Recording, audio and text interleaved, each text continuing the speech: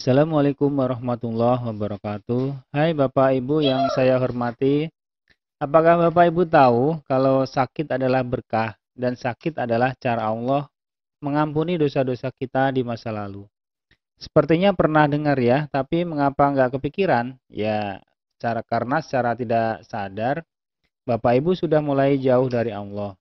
Saya ingatkan kembali menurut salah satu hadis dari Imam Bukhari dan Muslim yang artinya tidaklah seorang muslim yang ditimpa gangguan berupa penyakit atau semacamnya, kecuali Allah akan menggugurkan bersama dengannya dosa-dosanya, sebagaimana pohon yang menggugurkan daun-daunnya. Jadi lebih baik sakit ya dosanya digugurkan. Enggak juga sih. Oke, dalam video saya sebelumnya saya sudah share landasan dasar yang harus Bapak Ibu pegang teguh sebelum melaksanakan pengobatan, yaitu Allah satu-satunya yang bisa menyembuhkan semua penyakit Bapak dan Ibu. Tapi, walaupun sudah tahu kalau Allah lah yang menyembuhkan, biasanya kata-kata seperti ini masih sulit dicerna oleh sebagian besar pasien, karena porsinya masih besar. Harus dipecah-pecah dalam detail supaya bisa dilaksanakan. Dan untuk menjelaskan detail dari aplikasi pengobatan Back to Allah, Back to Islam, saya akan jelaskan dalam beberapa video berseri supaya mudah difahami dan bisa langsung praktek. Langkah apa yang harus dikerjakan dan apa saja manfaatnya. Jangan lupa tonton semuanya ya, semoga bermanfaat bagi Bapak Ibu semuanya. Perkenalkan, saya Zainal, asistennya Abah Suherman, seorang ahli pengobatan dari daerah Serang, Banten. Saya dan Abah sudah berhasil membantu banyak sekali pasien dengan berbagai keluhan penyakit, mulai yang ringan seperti hipertensi, saraf kejepit, diabetes, sampai yang berat seperti HIV, tumor, kanker, dan lain-lain. Alhamdulillah hasilnya bagus dan dengan pengalaman kami mengobati selama bertahun-tahun, kami tuangkan dalam bentuk video seperti ini supaya bisa memberi informasi buat Bapak Ibu sekalian bagaimana caranya mengobati sebuah penyakit sampai tuntas dan tidak kambuh lagi. Oke. Jadi, apa sih langkah-langkah untuk terapi back to Allah dan back to Islam itu? Langkah pertama adalah sholat tahajud. Dari hasil penelitian, sholat secara umum selain berfungsi mendekatkan diri kepada Allah, juga ternyata mempunyai manfaat dari segi medis. Secara singkatnya saya bacakan aja ya. Yang pertama adalah mencegah radang sendi dan pengeroposan tulang. Ini karena dalam sholat Bapak Ibu menggerakkan semua tulang dan sendi utama. Jika Bapak Ibu rajin sholat, maka masa tuanya nanti bisa terhindar dari penyakit radang sendi dan pengeroposan tulang atau osteoporosis. Manfaat yang kedua adalah menjaga kesehatan syaraf otak dan meningkatkan kecerdasan. Dalam sholat ada posisi sujud, di mana dalam posisi sujud darah mengalir lancar ke otak. Yang ketiga bisa mencegah impotensi. Nah, ini penting buat bapak-bapak ya. Tasyahud akhir dan awal juga sama, di mana tumit menekan aliran kandung kemih, prostat, dan saluran vas deferens. Sangat baik untuk mencegah impotensi.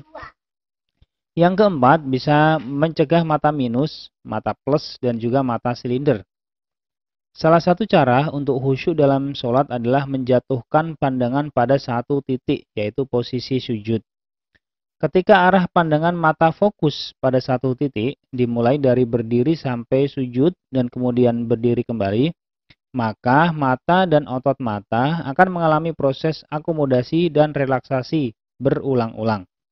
Proses inilah yang membuat otot mata menjadi fleksibel, yang sangat bermanfaat untuk mencegah mata minus, mata plus, ataupun mata silinder.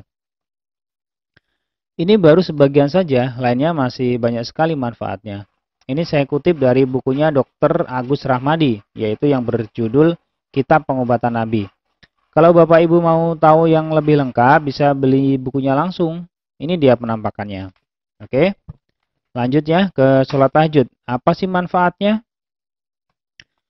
Ternyata, berdasarkan penelitian, sholat tahajud yang dilakukan dengan khusyuk tiap malam bisa menurunkan kadar kortisol. Apalagi nih kortisol, oke? Kortisol disebut juga hormon stres. Hormon ini dihasilkan oleh kelenjar adrenal di otak. waktu Bapak Ibu sedang tidur. Hormon kortisol ini bermanfaat dalam situasi tertentu, tapi kalau terlalu banyak, dampaknya juga kurang baik karena bisa menghambat sistem imun tubuh Bapak dan Ibu. Makanya orang-orang yang sholat tahajudnya khusyuk, produksi hormon kortisolnya bisa ditekan sehingga didapatkan berbagai efek positif sebagai berikut. Yang pertama, bisa menurunkan kadar gula darah. Yang kedua, bisa memperkuat kerja jantung. Yang ketiga, bisa melancarkan ekskresi urin. Yang keempat, produksi limfosit lancar sehingga memperkuat sistem imun tubuh. Lalu ada yang nanya, Mas, kalau saya bangun malam tadi tapi tidak sholat, misalnya saya nonton bola, apa bisa mendapatkan manfaat di atas? Jawabannya nggak bisa, Pak. Manfaat ini hanya didapatkan kalau Bapak sholat tahajud dengan khusyuk.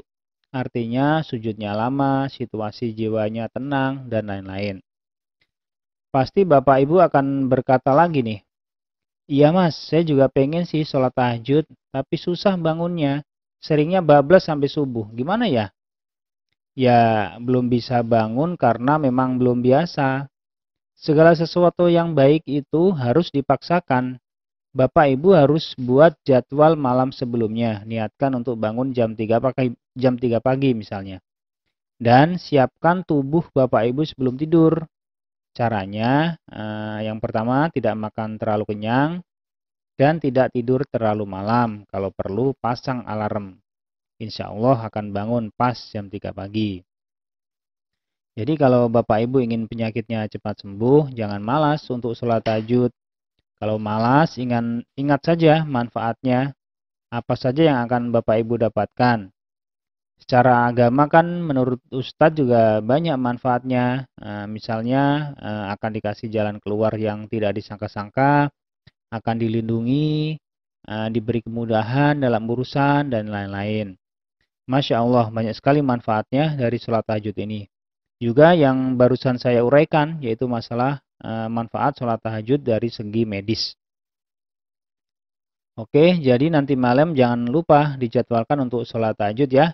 Dan tunggu video saya selanjutnya, saya akan uraikan langkah kedua dari pengobatan back to Allah dan back to Islam.